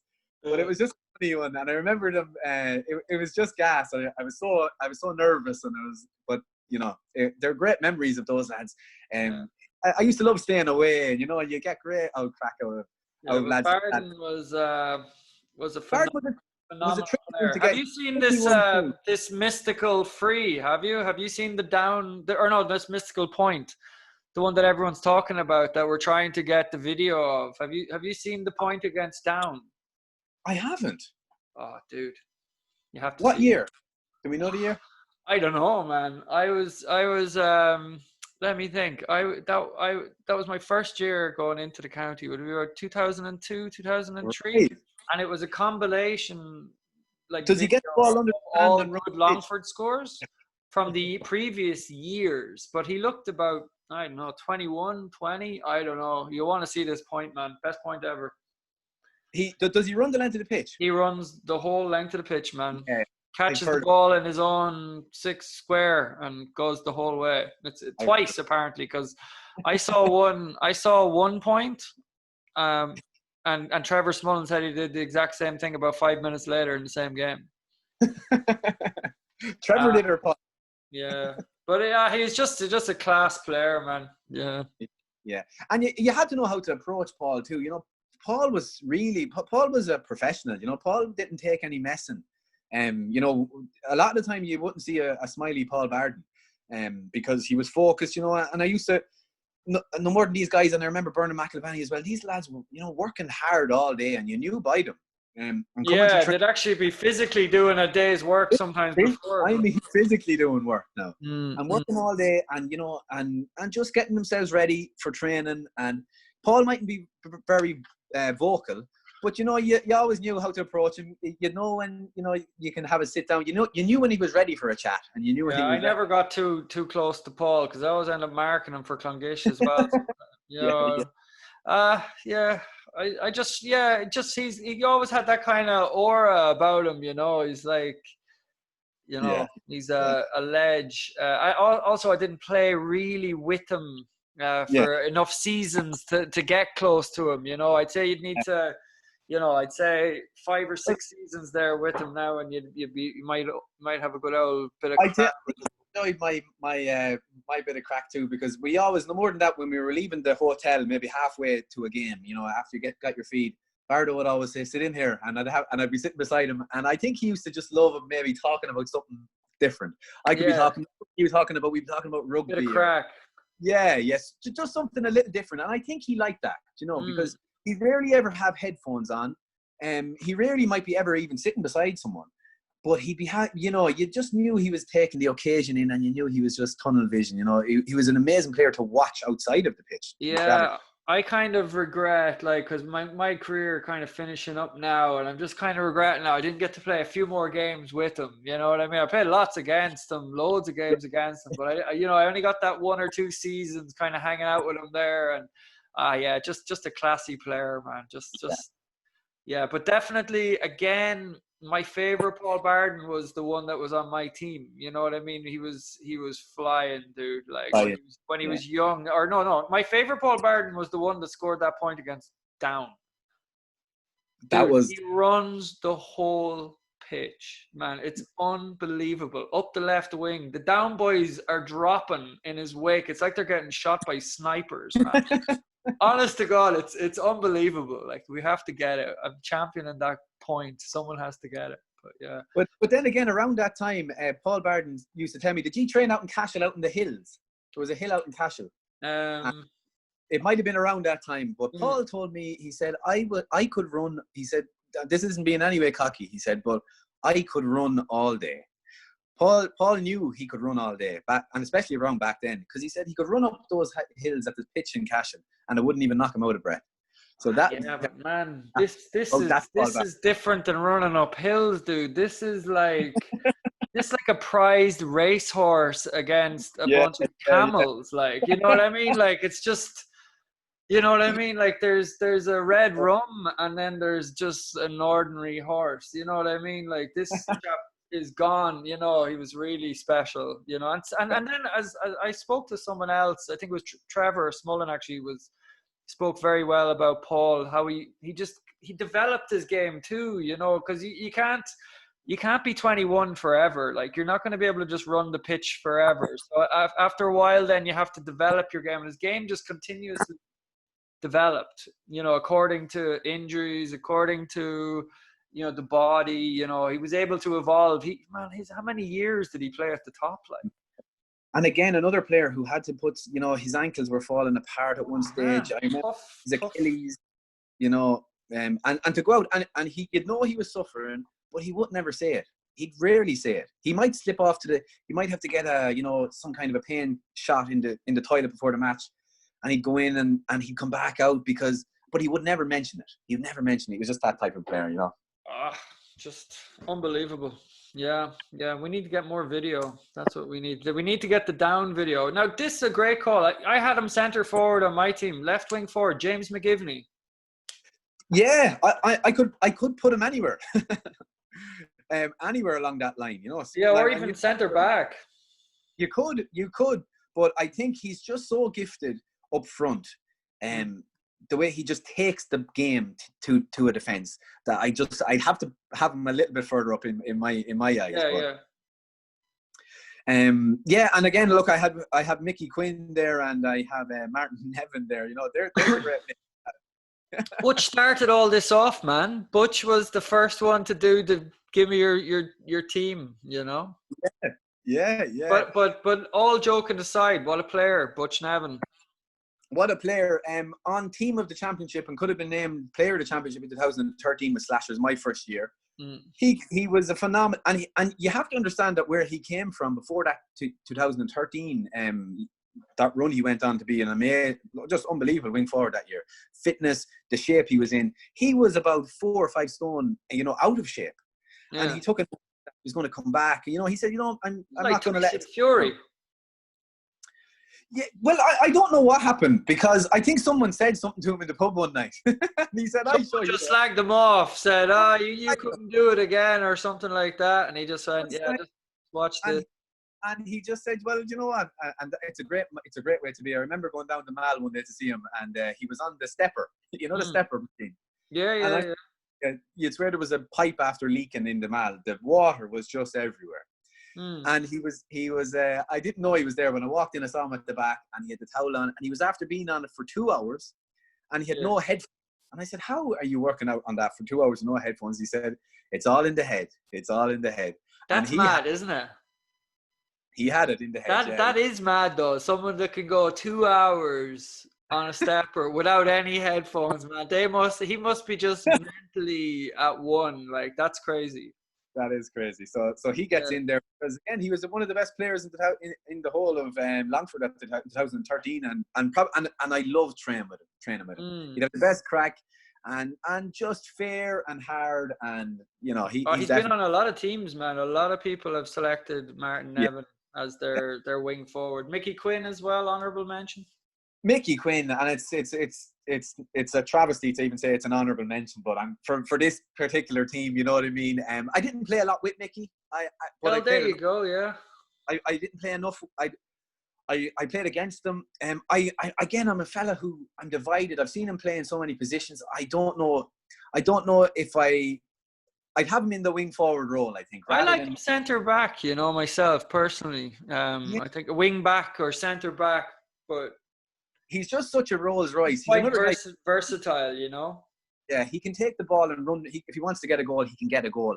So I kind of tend to like to have him a little bit further up so he can rewind. And I just love how dangerous he is. In that half. If he was in that half. Jimmy McGivney got in there. Jimmy got in because I tell you, I marked Jimmy quite a few times against Mullinachta. I've never marked him. And I would be fairly confident in my ability. I remember one game, not too bad, and I had him on the back step, and I started the game keeping him on the back foot, and I had to kind of say, keep curbs on this fella, keep him around the halfway if I can. So I tried to attack a little bit further than I usually would. But Jimmy then got me back in a league game only about 2 years ago in Slashers, and he was kicking points for fun. His movement, his intelligence, he reminded me nearly. Gary Kenny has the same kind of movement. Making it very easy to get on the ball. And he just gave me the runaround, and I said, "Whoa, that's a little bit." I wouldn't usually get around, but I can safely say he definitely gave me a few things to think about in a game there only 2 years ago. This fella's a bit of class, yeah. Yeah, he's top class. He's got it. He has it. You know what I mean? If he wants to play another 2-3 years of intercounty football, he could easily be one of the best players in the country. Like he has it. You know what I mean? I saw it last year in the championship. Actually, I came on it for about 15 minutes against Mullinachta, and he was flying, man. It was just like boom, boom. I was like, this guy he's intercounty level. He's exceedingly quick, and he's the type of guy. He's the type of guy. If he wasn't training for a while, he'd get out a little bit out of shape. If he's back training a week, if he's fit, if he's 100% fit, yeah. Hopefully he'll go back and give it another year at least, and stay involved with the county. I think so. Yeah. Oh yeah, 100%. Right corner forward, Brian Kavanagh. Honourable mention, Tommy D from Cashel. Tommy Delaney. I'm going to throw him in there. Simply because, I'm not saying simply because, but some of the best years playing football, I remember Tommy D, Craic, Farrell and Gary, actually, the three lads would be trying to kill each other at training. And we had some of the best nights ever separating them. We had some of the best nights ever trying to get the row started. There was an awful few things going on, but Tommy D would laugh it off. He was the life and soul of that Cashel team, and could kick points. That man could produce a whopper score in a very important time in a match. So I had to throw him in there. Why wouldn't I? Yeah, well, that's it. Like, and again, this is like when you're thinking about your dream teams need balance, man. They need club players. They need lads that are like that, as you said, are the heart and soul of a team. Like, you'd want him around the dressing room. You'd put him on, you'd want him there just to keep, when it's shit weather like today, or you're mid-January and you're in the middle of all the crap, and then there's just, some sound fellas there to just keep it going, keep plugging away and keep you going. So yeah, and I think have two serious leads too, but he'd always drop you a line that he was the top scorer in the county under 14 and whatever 10 there years you before. go. He's got the accolades, to back it up. But anyway, he didn't make it in ahead of Brian Kavanagh, right corner forward. Make it in ahead of Brian. Brian again. What can you say about Brian? In that 2006 team that we played the Dubs, and Longford were really going well. Got to Killarney that year. And the year before that as well, 2005, I remember seeing Brian, but he had to win his own frees that time. People were saying he was diving, he was doing this, he was doing that. But he actually single-handedly won his frees, took his frees, and there was so much pressure on Brian Kavanagh. 2005, 6, 7, 8, 9, 10. It was a massive amount of pressure for a player, and he very rarely under-delivered. That's all I'd say about Brian Kavanagh. Oh, Brian Kavanagh, man. Top notch. Oh. And he was one of the first fellas ever to get sponsored by Puma that I'd ever seen. I remember him coming in with these big yellow boots. I was like, what? Really? Jeez. But and then I'm sure if you talk to the club players, so he spent most of his club football up in Dublin, you know what I mean? And he's highly regarded there too, man. He has the All-Ireland medal in the arse pocket, There's not too many Longford men walking around with All-Ireland club medals, man. And man of the match in the final. and is there another Longford man that has one? I wouldn't say so. You'd be looking long and far for that. You'll have them on one hand if you had them even on one finger, because honest to God, I'd say, and as you said, man of the match in the final. He's just a big game player, able to deal with the crowds, able to, as you said, take the pressure on his shoulders, Yeah, I remember we were out in France on a training camp, and we were out in Toulouse, and I won't say we were allowed out, but we ventured out one evening for a few drinks, and I remember we were in a bar in the middle of Toulouse. You don't bring someone to Toulouse and expect them not to go and taste the wine, man. But wait and you hear this. We were in the bar 2 minutes and someone shouted across the bar, Brian Kavanagh. He probably knew. It was not in a French accent, but it was. Imagine we were in France and the first person to recognise was Brian Kavanagh. Yeah. So around that time, Jesus, he was larger than life. He put kind of Longford on the map as regards. This guy was all over the papers, doing interviews. People wanted a piece of him, and rightly so. And he was sponsored by Puma. Yeah, it was kind of a good time for Longford football. The 2000s in through to all the way. Actually, the last 20 years in Longford football have been pretty good. Like, we've had a lot of good days, and he was really a big part of a period of that. You know what I mean? Like, very big part. Yeah. Like, so again, another player on that dream out in New York with Lynchy. I was out there in New York, and imagine you had Brian Kavanagh there as well. Brian Kavanagh and Jamie Clark, actually, in the same full forward line. Oh man, yeah, that's unbelievable. Yeah, no, and a gent as well. Now, full forward, Robbie Smith. We'll just go to the honourable mentions first. Francie McGee, John Heslin. Right, Heslin gets in there. Let's talk about him for a minute. Heslin gets in there. Heslin gets in there, definitely. Yeah, great player. Played against him a few times. Again, another player who has the weight of his county on his shoulders probably a lot of the time, and never fails to really, really top player. A new club mate of mine, actually. Yeah. You're going to have the privilege. You'll be trying to get the ball to him. What position are you hoping? What position would you like to get into? I'd love my old wing back spot, but I've learned over time, Lynchy, that just doesn't happen. Wing back, yeah. I'd probably be a centre back, maybe. Yeah, centre back could be the spot, all right. Yeah, but Heslin, Heslin's just class, man. And we don't even get to see a lot of him really in his club. Apparently, with the club, he'll just be different class, Yeah, and again, he's so highly regarded up here. It's he's a top man. So he's gonna be.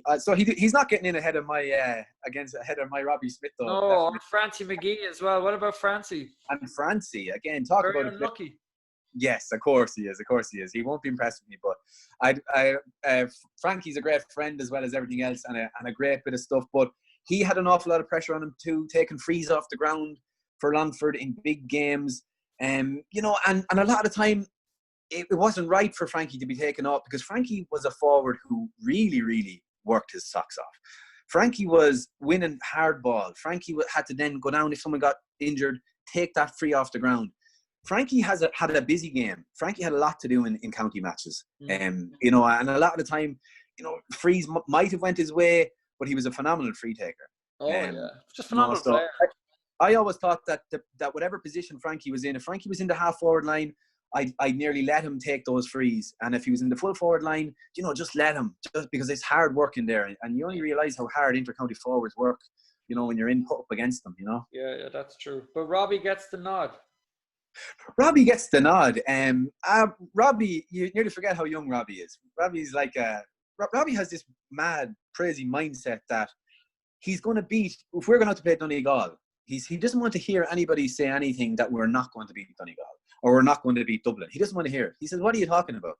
He could cut something down for a guy so young to have that reassurance and confidence. And it's not surprising because you see him going out in a match even in Pearse Park there, and he knows it's confidence, but it's a little bit of cockiness, but it merges well. And he just likes the occasion, playing up to the crowd a little bit too. But that's all to make Robbie Smith. And a lot of the time when Robbie plays, it's the Robbie Smith show. So there you go. Yeah, well, that's it. Yeah, he has the potential there to single-handedly kind of take over games if he's getting decent ball. You know what I mean? Yeah, he does. And he's such a mature player. I think he was captain of Abbey there. You know, that's how highly they think of, you know, not only his ability but his mindset too, and how he can lead. He's a great leader. You know, he really is. He put confidence into absolutely any team, and I think that's hugely important. And if a ball was into Robbie, I'm confident that something's going to happen too. You know, something's going to happen. Exactly. Yeah, exactly. And again, another lad like it's Robbie Smith and James McGivney. They're the two lads that you'd need to see them in with the county. You'd love to. You would. Yeah, that the county, they really are county level. You know what I mean? Like they're two players that just stand out as really being not just county level, like class kind of county level. You know what I mean? Like where they could potentially, you know, be one of the best county players, not just good enough to play, but good enough to change games. Like before, like when Robbie two years ago, I think I was listening to the game up in Monaghan and some other games, and he's well able to at county level do the same thing. You know what I mean? And you know what? Like, and I think it's a pity because those two lads should be on in 10 years' time if you have another podcast out, you know, that we should be saying, you know, they were certainties there because they played so long and they were just, you know, top class. So again, if you get another year or two out of them, you know, they'll be back though. I'm fully convinced. You know, it might be time for them. There might be. Oh, exactly. No, there's plenty of time for them. Jesus, yeah. I think they're nearly the same age. They're a good crop of players, that you know. But you need those two boys. Right corner forward. Kieran Mulvehill gets in ahead of Sean McCormack. He does, and Sean again. What a player Sean McCormack is. And probably, you know, if you could pick out, I was just saying with my honourable mentions. Even imagine this full forward line warming up. I just love to see the accuracy. Like they're all insane accurate, you know. So but you want to talk about accuracy, you know, Sean an amazing player. Big games. Now Sean has scored some of the best scores and the most important scores for Longford probably ever. Knocking out teams like Laois, finally beating teams like Laois. I remember we had such a hard time. Laois were that step above us at the time, and Sean, I remember in Pearse Park, got the ball in the last second, stepped his man, typical Sean McCormack, and buried it over the bar. You just knew he was going to do something special. Yeah, you know, there's a lot of practice went in there. A lot of thought went into it. You know what I mean? It wasn't just show up and do it. You know, that it was all prepared. Him and Davy Barden in the gym before anybody was even had their breakfast eaten. That was Sean and Davy Barden, and that was the work that those boys put in. You know, they inspired a lot of us. You know, it was hard to understand. Sean had come in and he's so relaxed and nice, and Porrick is the exact same.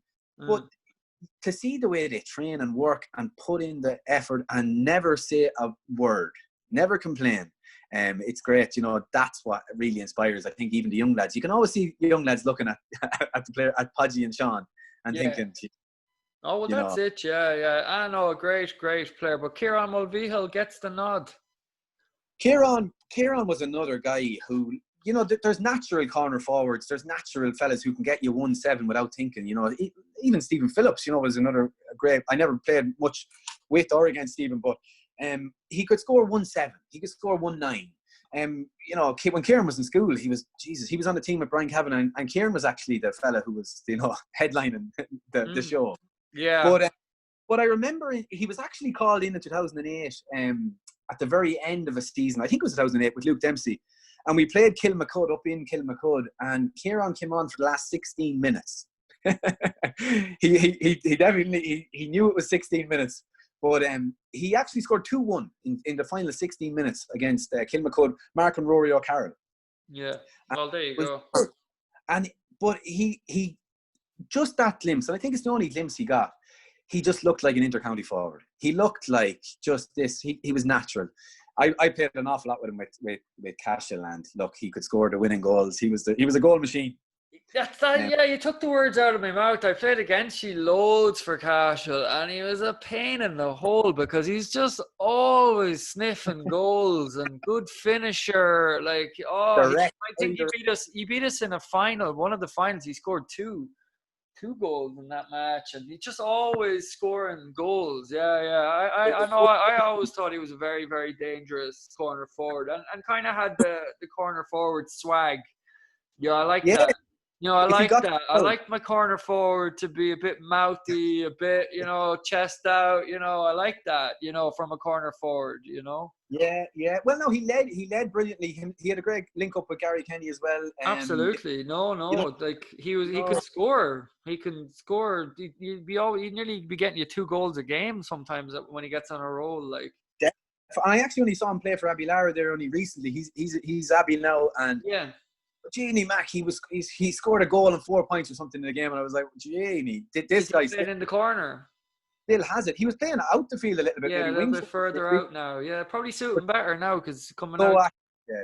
He'd be a dangerous boy to have back now for Abbey Lara. That's for sure. Abbey are always dangerous. You know, they're always dangerous. Always dangerous. And then there's a fabulous picture of the whole group of you there with Roz, is it? The celebrity Bannister days. Yeah, they were good days, I'd say, were they? Good laugh. Yeah. They were good days. They'll never leave us. Yeah, I think that's a great photo, man. That's a about photo. days. Yeah, no. And then look who's right behind her on to the right. That's Mulvihill, isn't it? Yeah, main man. Yeah, see him there now.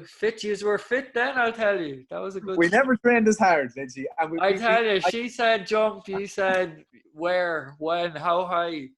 Yeah, she was at that game. Do you know that she saw you kick that point? Did she? Yeah. To be honest, I was asking for you. No, I kind of felt a bit for you that day because like you had gone on, you had such a season, like, you know what I mean? You really were flying. You know, that was the only glitch in the whole thing. You know, exactly. We actually still had some crack, you know what I mean? Like, that's also a memory, like, that's just, like, savage, you know? Yeah. Savage really laugh. So, but sure, you win some, you lose some, right? Man, how many have you lost? You always think the ones that you win, but how many have you lost? Like, it's unreal. You know, they're heartbreaking, yeah. They are, man, you know? But anyway, players Foyzer would have signed for Longford GA in Fantasy GA Manager. Right. So I decided to ask you if you could sign anyone for Longford, 3 players, who would you sign? So you went for, who did you go for?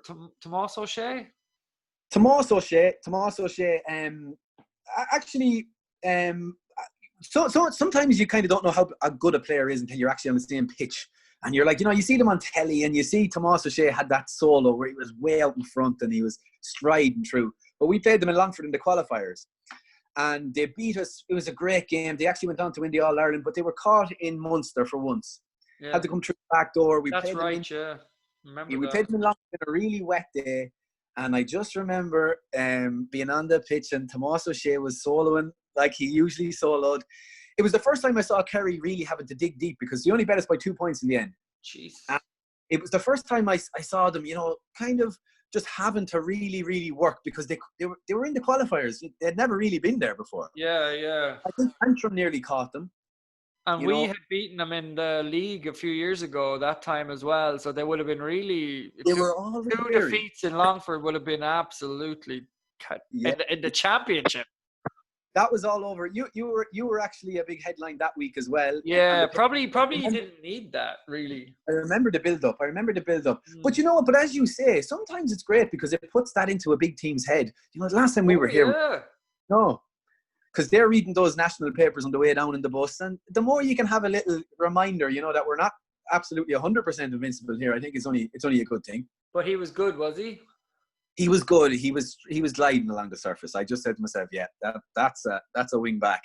Yeah, because when we played them, the time I was playing, the guy beside him there was just incredible. Moynihan was just... Moynihan. And in 2006, I think Moynihan even in his book said that the best player he ever marked was Paul Barden. Did he say that? Yeah. In Killarney. We played them in Killarney. A few people have said that. In 2006. And he just said, the best player he ever marked was Paul Barden from Longford. Yeah, he might have marked him twice. I think he marked him that day, and I'm pretty sure I think he might have been on him the first time we played them too. Wow. So there you go. But I think so, yeah. He probably was. Probably was, yeah. Yeah, Jamie Clark, yeah. I've been on the receiving end of Jamie, and I've been on the same team as him. I played with him out in New York with that great, cool, nearly like an all-star team with Brian Kavanagh and Enda Williams, and even Kevin Mulligan was there, and there was a few great players. Kevin Mulligan, good player. Kevin Mulligan, yeah. Good player. My genre, my age, good player, very good player. But Jamie Clark, cut above the rest as a forward. But I marked him.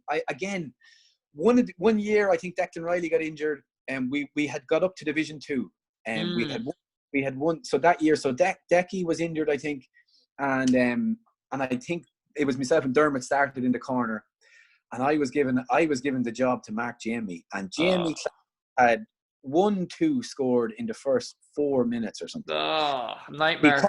He caught me. Was that up in Armagh? Up in Armagh. Yeah, I remember that. I was watching that, I think, or listening.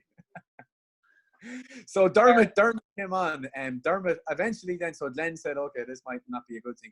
Now, Dermot went on to him, and Dermot had a torrid time, but Dermot is well. Everybody had a hard time. It's not often you see Dermot, having to really adjust his game. So Jamie was on fire. Jamie actually scored another 2 or 3 points straight away, but Dermot had the advantage over me. If Dermot knew how, Dermot said, right, I know what's happening now. And Dermot was able to turn the screw on him. Learn from you. And what about Jeremy Connolly?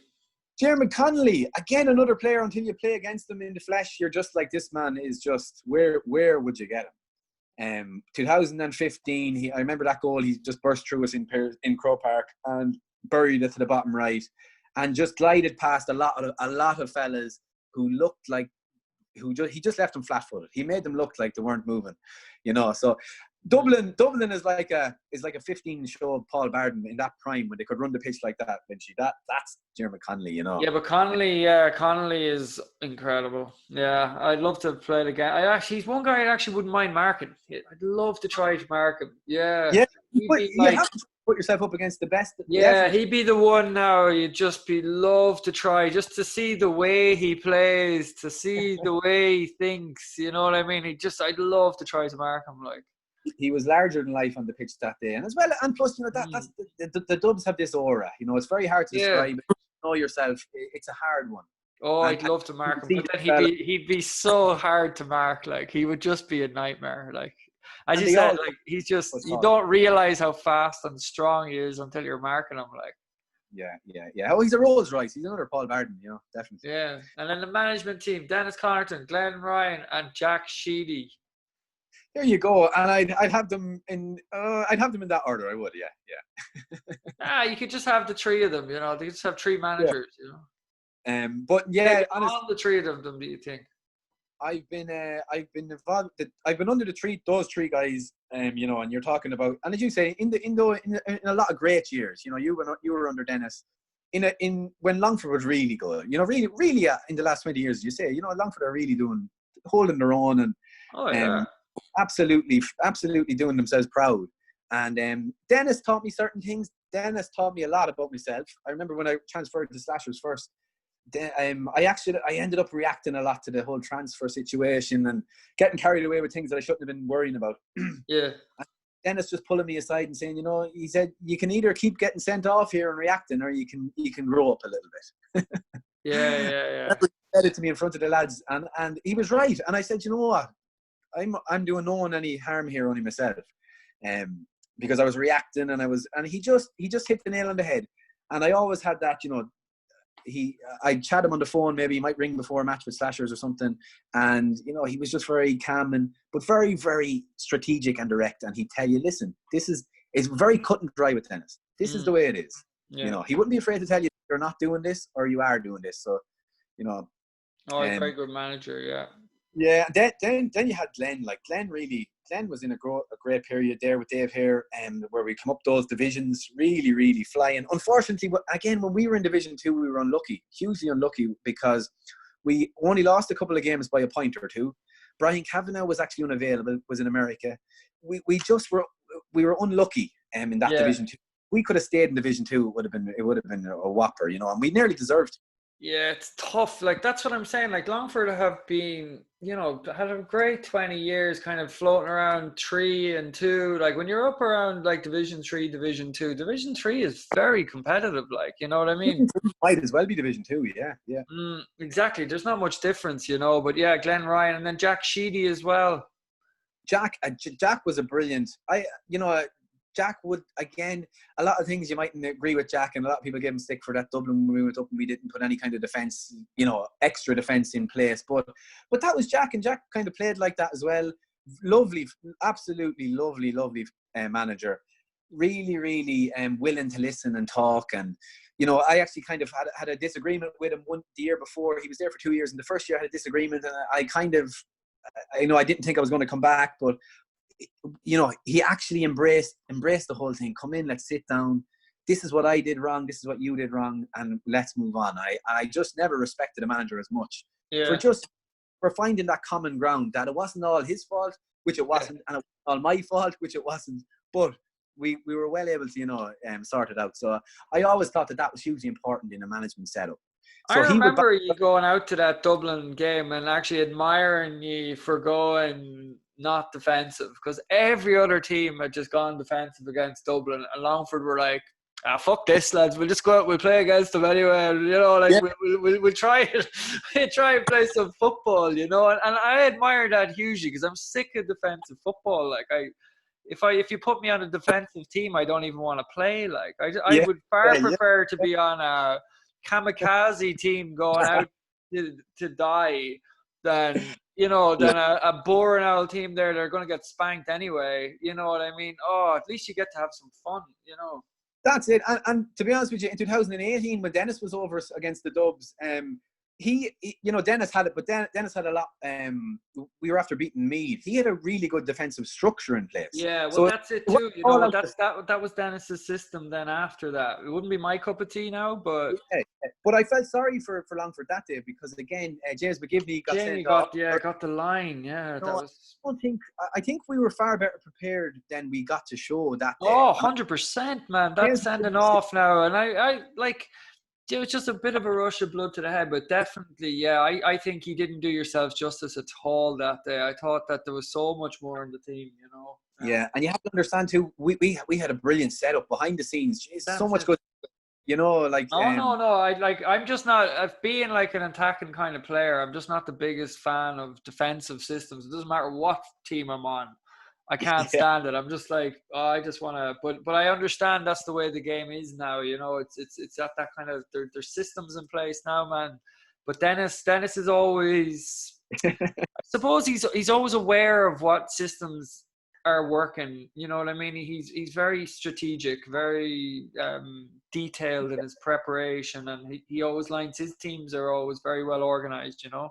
Yeah. And I worked with Dennis last year with Recline. I took over the strength and conditioning with him, and I saw the way he managed Recline, the exact same way as he managed that high level Longford team. Oh You know, yeah, 100%. That's it. All you or know, nothing. all or nothing, all or nothing. Yeah. All right, Foyzer, thank you so much for naming your dream team, man. Thanks a million. Thanks a million. It was great to get that off my chest. That's it up on the board there. Colin Farland, Nets, Dermot Brady, Barry Giller, and Declan Riley full back line. Paul Kelly, Enda Williams, myself got in there at half back. Michael Brady, Bernard McIlvany midfield, 2 tanks. Niall Mulligan, Paul. I like the half forward line, man. I really like the half forward line. Niall Mulligan, Paul Martin, Jimmy McGivney, class half forward line. Brian Kavanagh, Robbie Smith, and then Kieran Mulveal in there to snake an owl goal for you. Yeah. Actually, do you know what I was thinking when I was making the team? I was like, Robbie and Kieran probably know each other inside out now. You know what I mean? Like inside out. They wouldn't be talking going to a match these days. You know. No, they know each other now. They know each other well. I was just thinking there they could team up inside there now. You know. But yeah, perfect, man. Thanks a million for doing that, and best of luck this year with Lomans and with the personal training and everything, dude. Thanks, Lynchy. Great stuff. All right, man. Thanks very much. Thanks a million. Have a good evening.